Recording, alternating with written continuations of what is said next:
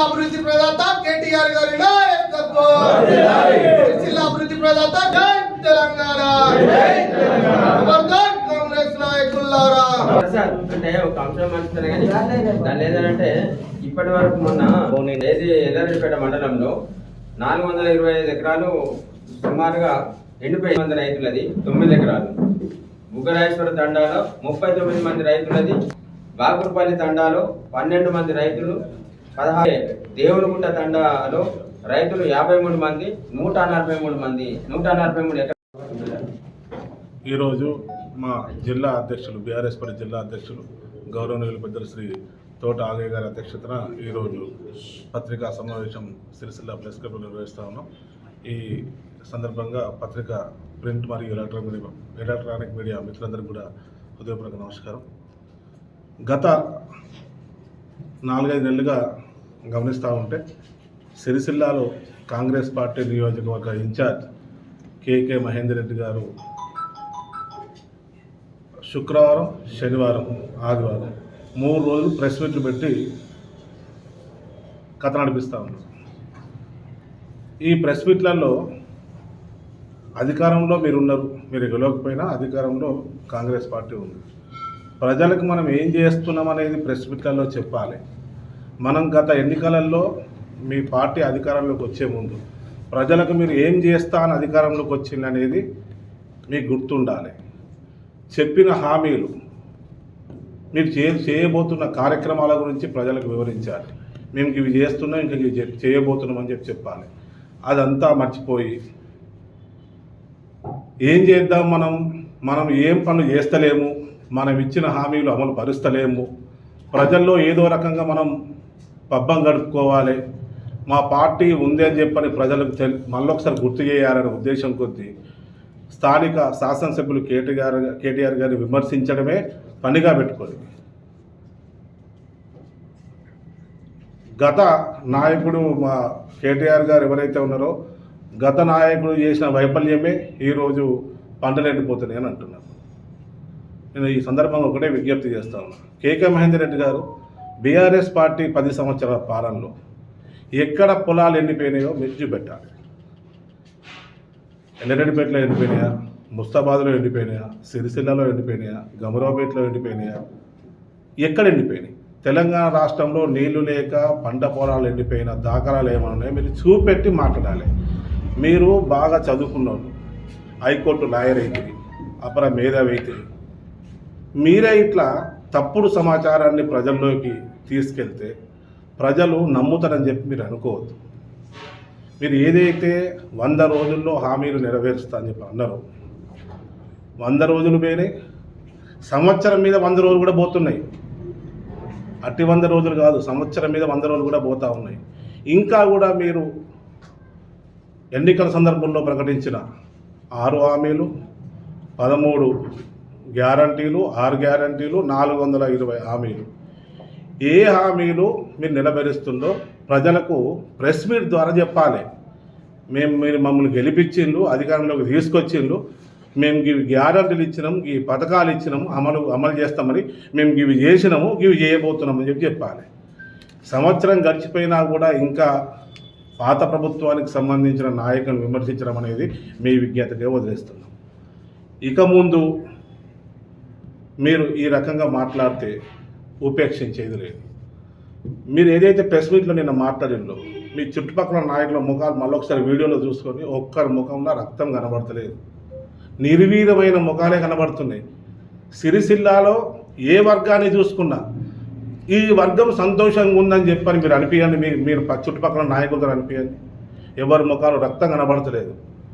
ఏదో మేము ఉన్నాము, మేము మార్కెట్లో ఉన్నాము అని నిరూపించుకోవడానికే ప్రెస్ మీట్లు పెడతా అంటే ప్రజలు ఒప్పుకోరు. ప్రతి ఒక్క చిన్న విషయం కూడా మీరే అంటున్నారు, ప్రజలు గమనిస్తున్నారని మీరు అంటున్నారు. చాలా సంతోషం, అది వాస్తవమైన విషయం. ఈ విషయంలో మాత్రం మీతోనే ఏకీభవిస్తా. ప్రజలు అన్నీ గమనిస్తున్నారు. మీరు ఇచ్చిన గ్యారంటీలు గమనించిళ్ళు, మీరు అమలు పరుస్తున్న పథకాలు గమనిస్తున్నారు.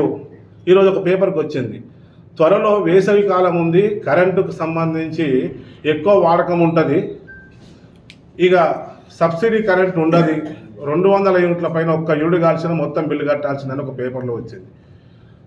సిరిసిల్లాలో పనులు లేక పేద ప్రజలు చాలా ఇబ్బందులు పడుతూ ఉన్నారు. వాళ్ళ మీద ఇప్పుడు కరెంటు భారం మోపుతారని చెప్పి పరోక్షంగా ప్రెస్ ద్వారా మీరు తెలియపరుస్తూ ఉన్నారు. దయచేసి ప్రజలు ఇబ్బంది పడకుండా చూడడానికి సంబంధించిన కార్యక్రమాలు ఏవైతుంటాయో ఆ పనులు చేయాల్సిందిగా మిమ్మల్ని విజ్ఞప్తి చేస్తూ ఉన్నాం. మీరేమో ముఖ్యమంత్రి గారు దగ్గర అవుతుంది, మా నియోజకవర్గంలో ప్రజలు ఎడవబడుతుంది. క్యాప్షన్ ఎట్లా ఉందంటే, మీరు అధికార పార్టీలో ఉన్నారు, గౌరవ తెలంగాణ రాష్ట్ర ముఖ్యమంత్రి వర్యులు యనమల రేవంత్ రెడ్డి గారికి అత్యంత ఆప్తులు మీరు. కానీ మీ నియోజకవర్గంలో ఇన్ఛార్జి ఉన్న మీ నియోజకవర్గంలో ప్రజలు ఏడుస్తున్నారయ్యా, కొద్దిగా దయచేసి చూడండి. వాళ్ళ ఏడవకుండా వాళ్ళకి ఏం చేయన్నో కొద్దిగా కార్యక్రమాలు చేసి వాళ్ళ పొట్ట నింపే కార్యక్రమం చేయండి అని చెప్పి సందర్భంగా విజ్ఞప్తి చేస్తాను. అనవసరంగా మా నాయకుడి మీద మాట్లాడితే మాత్రం బాగుండదు. మీరేమన్నా విమర్శిస్తామనుకుంటే ఒక సబ్జెక్టు, మేము ఈ పని చేస్తున్నాం, మమ్మల్ని ఎందుకు అంటున్నారని చెప్పి అనండి.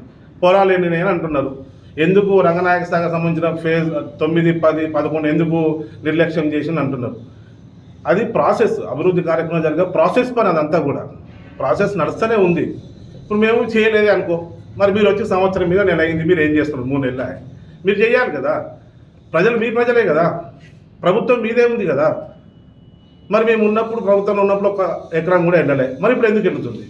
సమాధానం మీరు చెప్పాలి కదా. మమ్మల్ని విమర్శించుకుంటూ పోతే ఎట్లా? ఇప్పటికైనా కానీ ప్రజలను సంతోషపెట్టే విధంగా, ప్రజలకున్న బాధలను తీర్చే విధంగా ప్రయత్నాలు చేయాల్సిందిగా ఇన్ఛార్జ్ కేకే మహేందర్ రెడ్డి గారికి విజ్ఞప్తి చేస్తా ఉన్నా. నమస్కారం. భారత రాష్ట్ర సమితి పార్టీ మా సోదరులందరికీ, మీడియా మిత్రులందరికీ కూడా హృదయపూర్వక నమస్కారం. సిరిసిల్ల నియోజకవర్గం, అట్లాగే వేములవాడ నియోజకవర్గంలో ఉన్న కోనరావుపేట మండలంలో ఉన్న మల్కపేట రిజర్వాయర్ నుంచి సిరిసిల్ల నియోజకవర్గమైన ఎల్లారెడ్డిపేట మరియు గంభీరావుపేట ప్రాంత మండలాల రైతులకు సాగునీరు అందించడం కోసం ఏదైతే రైతాంగం గత 15-20 రోజుల నుంచి సాగునీరు అందక పొలాలన్నీ ఎండిపోతూ ఉన్నాయో, వాళ్ళ పంటలను కాపాడుకోవడానికి ఆరుగాలం శ్రమించి కష్టపడ్డ కానీ కళ్ళ ముందు ఎండిపోతూ ఉంటే బాధపడ్డ రైతులను ఓదార్చడానికి BRS party working president KT Rama Rao గారు 4 రోజుల క్రితం ఆయా వ్యవసాయ క్షేత్రాలను సందర్శించి రైతులను కూడా ఓదార్చి, ఉదయం వచ్చేటప్పుడే రాష్ట్ర నీటిపారుదల శాఖ మంత్రులు ఉత్తమ్ కుమార్ రెడ్డి గారితో మాట్లాడుతూ వచ్చి సిరిసిల్లలో కూడా కూర్చొని మిడ్మానేర్ ప్రాజెక్ట్ అధికారులు, అట్లాగే జిల్లాలోని ఇతర ఇరిగేషన్ అధికారులందరితో కూడా, ఈలతో, ఎస్సీలతో అందరితో, ఈఎన్సీ వరకు కూడా మాట్లాడి ఈ ఎల్లారెడ్డిపేట మండలం, గంభీరావుపేట మండలం, అలాగే ముస్తాబాద్, తంగళ్ళపల్లి మండలాలకు సంబంధించిన రైతుల ఇబ్బందులను దృష్టిలో పెట్టుకొని ఇటు మిడ్మానేర్ నుంచి మల్కపేట రిజర్వాయర్కు నీళ్లు తీసుకొని తద్వారా సింగసముద్రంలోకి ప్రాజెక్టులోకి నీళ్లు వదిలినట్లయితే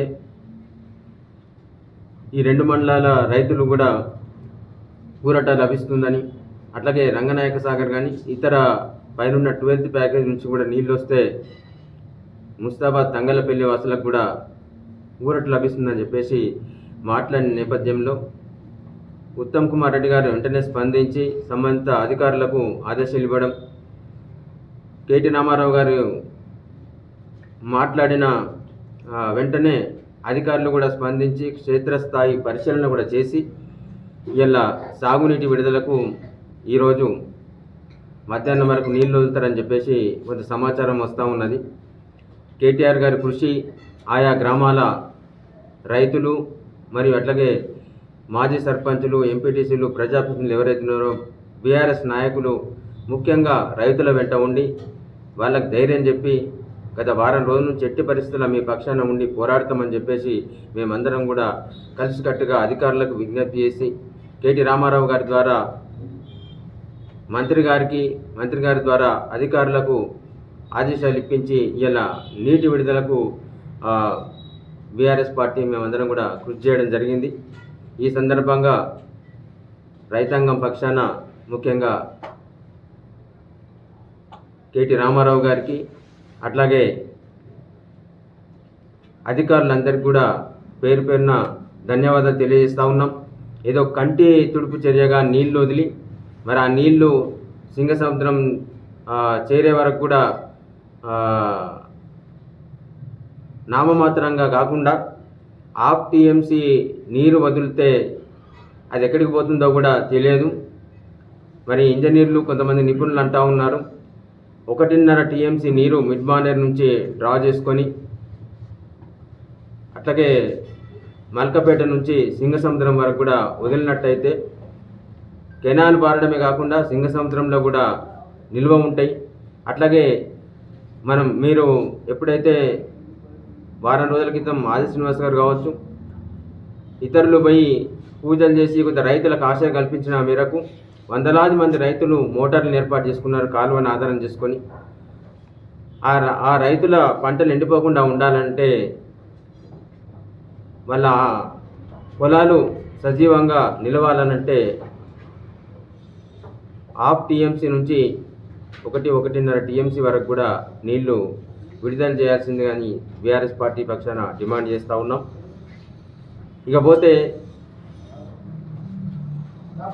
గడిచిన 10 ఏళ్లలో మరి బీఆర్ఎస్ ప్రభుత్వం గౌరవనీయులు తొలి ముఖ్యమంత్రి వర్యులు కేసీఆర్ గారి నాయకత్వంలో మిడ్ మానేర్ పూర్తి చేసుకున్నాం, రంగనాయక సాగర్ ప్రాజెక్టు పూర్తి చేసుకున్నాం, మల్లన్న సాగర్ ప్రాజెక్టు పూర్తి చేసుకున్నాం. మండు టెండర్లో కూడా మల్లన్న సాగర్ నీటి నుంచి కూడెల్లి వాగు ద్వారా గతంలో అప్పర్ మానేర్ నింపుకున్నాం. మరి అప్పుడు మహేందర్ రెడ్డి ఎక్కడున్నాడు? మరి ఈ ప్రాజెక్టులన్నీ కూడా ఇలా మల్కపేట రిజర్వాయర్ని పూర్తి చేసుకున్నాం, టన్నెళ్లను పూర్తి చేసుకున్నాం, సింగసముద్రం వరకు కూడా పంపౌతులు అన్నింటిలో కూడా పూర్తి చేసుకున్న ఘనత బీఆర్ఎస్ ప్రభుత్వాన్ని. ఆనాటి మంత్రివర్యులు కేటీ రామారావు గారి సారథ్యంలో ఇవన్నీ పూర్తి చేసుకున్నాం. మరి నీకు దాన్ని ఏమంటారు రేచీకట్టు ఉందా లేకపోతే కళ్ళకు పుర్లొచ్చి కళ్ళు కనిపించకుంటున్నాయా? మరి జరిగిన అభివృద్ధి అంతా మరి ఎవరి హయాంలో జరిగింది, ఎవరు చేసిండ్రు అనేది కూడా తెలుసుకోకుండా ఇష్టం వచ్చినట్టుగా మాట్లాడుతున్నావు. ఇలా రాష్ట్రంలో ఒక 2-3 ఉన్నారు ఏది పడితే అది మాట్లాడేటోళ్ళు.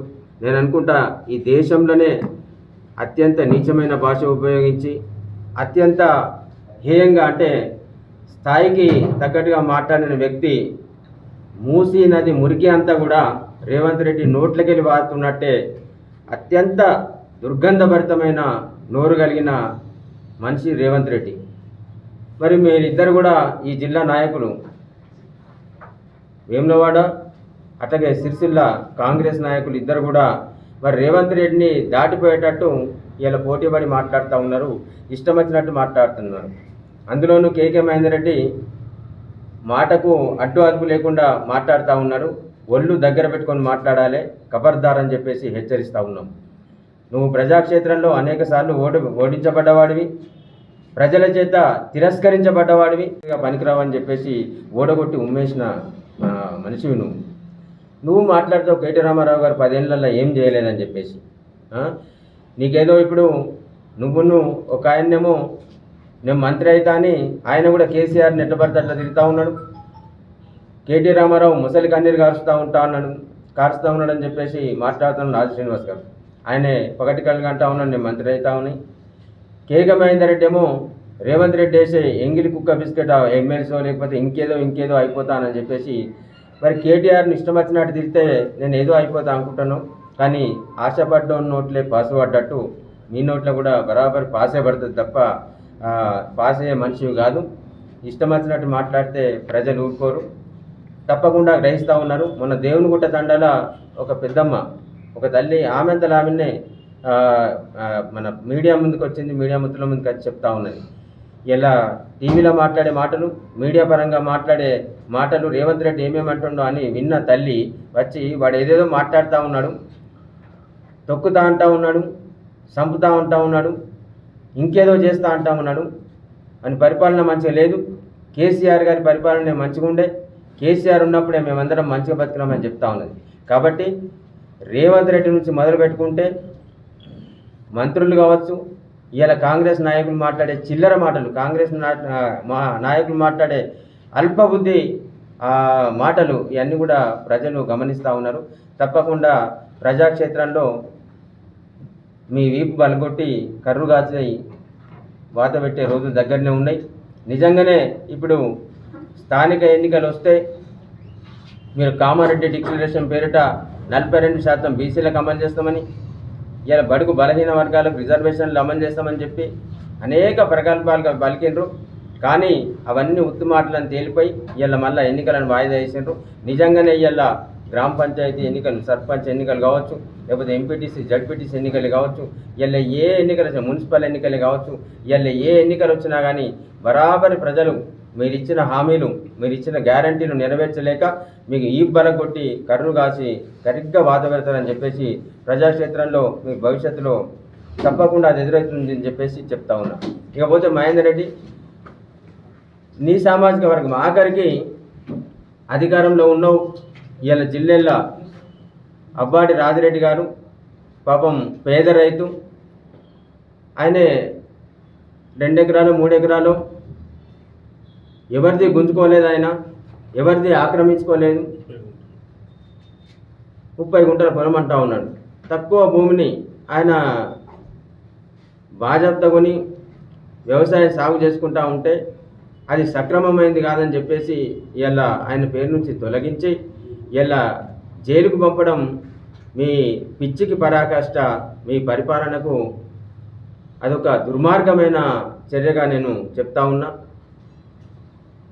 మొన్నటిదాకా నిన్ను మావోడు అనుకొని నువ్వు ఎన్నిసార్లు పోటీ చేస్తే అన్నిసార్లు పాపం నమ్మి నీకు ఓట్లేసిండ్రు. ఆఖరికి నువ్వు మా రాజిరెడ్డి అన్నని కూడా జైలుకు పంపేదాకా నువ్వు నిద్రపోలే. బరాబర్ మీ వాళ్ళు అనుకున్న వాళ్ళు కూడా నీకు పెద్ద కర్రు కాల్చి వాత పెట్టే రోజు ముంగట ఉన్నది. నువ్వు పిచ్చి పిచ్చిగా మాట్లాడి ఆ 2-3 మండలాలల్లో కొంతమంది తమ్ముళ్ళను, కొంతమంది సోదరులను అబద్ధాలు చెప్పి వాళ్ళకు అడ్డమైన మాటలు చెప్పి వాళ్ళతో కూడా కేసీఆర్ గారిని, కేటీఆర్ గారిని, ప్రజల కోసం పనిచేస్తున్న నాయకులను తిట్టిపిస్తున్నావు. ఇదంతా నీకు ఊరికనే పోదు, బరాబర్ తిరిగి నీకే చుట్టుకొస్తుంది, నీ మెడకు చుట్టి నీ పతనం తప్పదని చెప్పేసి హెచ్చరిస్తూ ఉన్నావు. నిజంగా ఆది శ్రీనివాస్ కావచ్చు, నీకు కావచ్చు, మీరు కాంగ్రెస్ నాయకులు ప్రజల కోసం పాటుపడి ప్రజల కోసం పనిచేసే నాయకులు అయితే ఇలా ప్రజలకు ఏమేమి హామీ ఇచ్చిండ్రు, ఇలా మా మహిళలకు ఏం హామీ ఇచ్చిండ్రు, ఇలా ప్రతి మహిళకు కూడా 2500 రూపాయలు ఇస్తాను. మీకు తెలివి ఉంటే ప్రతి ఆడబిడ్డకు 2500 రూపాయల పెన్షన్ ఇప్పి, అట్లాగే వితంతు మహిళలకు 4000 పెన్షన్ ఇస్తానని ప్రగల్భాలు పలికిండు రేవంత్ రెడ్డి. నిజంగా మీరు ఇలా ప్రజల మధ్యన ఉంటే వాళ్ళ కోసం తరుగుతుంది మీకు. మీకు హామీ ఇచ్చి ఓట్లు వేయించుకున్నారు. ఇలా ప్రభుత్వంలో అధికారంలోకి వచ్చిండ్రు. మరి ఆ వితంతువులకు, పేద వితంతువులకు 4000 రూపాయల పెన్షన్ ఇప్పి, నిజంగా మీకు తెలివి ఉంటే, నిజంగా మీకు ప్రజాక్షేత్రంలో మనగలిగేంత మేము అనుకుంటే ఇలా కళ్యాణ లక్ష్మికి ప్రతి ఆడబిడ్డకు 1,00,000 రూపాయలతో పాటు తులం బంగారం పెడతామన్నారు. మరి అవన్నీ కూడా ఇలా ప్రభుత్వం వచ్చినప్పటి నుంచి ఎంతమంది ఆడకూతుళ్ళకు పెళ్ళిళ్ళైనాయో వాళ్ళందరికీ కూడా 1,00,000 రూపాయలతో పాటు తులం బంగారం లెక్క కట్టియాల్సిన బాధ్యత ఉన్నది. అనేక హామీలు ఇచ్చిండ్రు, ఏది నెరవేర్చలేదు. డిసెంబర్ 9 తర్వాత మొత్తం 100% 2 లక్షల రుణమాఫీ అన్నారు.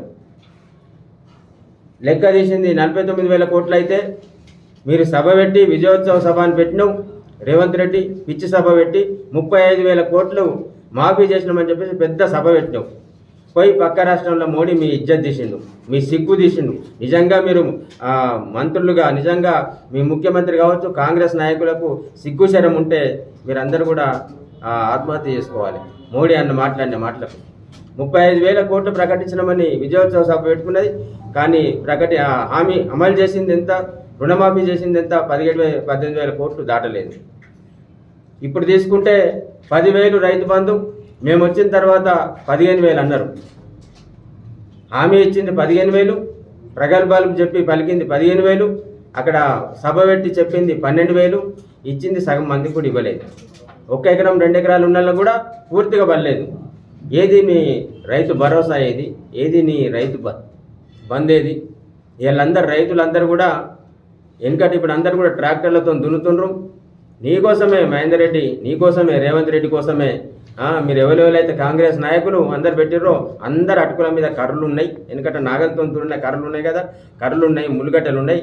ఆ ముళ్ళుగడ్డ తీసుకొని మిమ్మల్ని పొడిచే రోజు, ఆ కర్రు తీసి మంచిగా గాల్చి మంచిగా వాత పెట్టే రోజు మీకు ఉన్నాయి.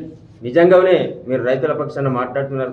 నిజంగానే రైతులకు ఇచ్చిన హామీలు మేము కాంగ్రెస్ పార్టీ పక్షాన మొన్న ప్రగల్భాలు పలికి 12,000 అని ప్రకటన చేసిండ్రు. రైతు భరోసా కూడా 12,000 చొప్పున మన మొత్తం మంది కూడా అందరికీ అందేలా మీరు ఉండాలి. ముందు ఏ ఒక్క హామీని కూడా పూర్తిగా నెరవేర్చకుండా, ఏ ఒక్క పనిని కూడా మొత్తం చేయకుండా, ఒక ప్రాజెక్ట్ కట్టలేదు, ఒక కాలువ తవ్వలేదు, ఒక టన్నెల్ నిర్మాణం చేయలేదు, ఒక మోటార్ పెట్టలేదు, ఏమి లేదు. కేసీఆర్ గారు ఉన్నప్పుడు కట్టిన ఇల్లు, పెట్టిన పొయ్యి, చేసిన వంట కేవలం వడ్డించే పరిస్థితిలో ఉన్నదానికి అవాకులు చెవాకులు మాట్లాడి, చేతగాని మాట్లాడి ఏది పడితే అది మాట్లాడితే ప్రజలు ఒప్పుకుంటారు అనుకుంటున్నారు. కానీ తప్పకుండా తస్మాత్ జాగ్రత్త, ఖబర్దార్. ఏది పడితే అది కేటీ రామారావు గారిని, ఏది పడితే అది హరీష్ రావు గారిని, ఏది పడితే అది గౌరవ తొలి ముఖ్యమంత్రి కేసీఆర్ గారిని మాట్లాడితే ఊరుకుండేది లేదు. ప్రజాక్షేత్రంలో తప్పకుండా శిక్ష తప్పది. తప్పకుండా ప్రజల చేతిలో మీకు గట్టిగా మీ వీపు బలిగే రోజు వస్తుందని చెప్పేసి హెచ్చరిస్తా ఉన్నాం.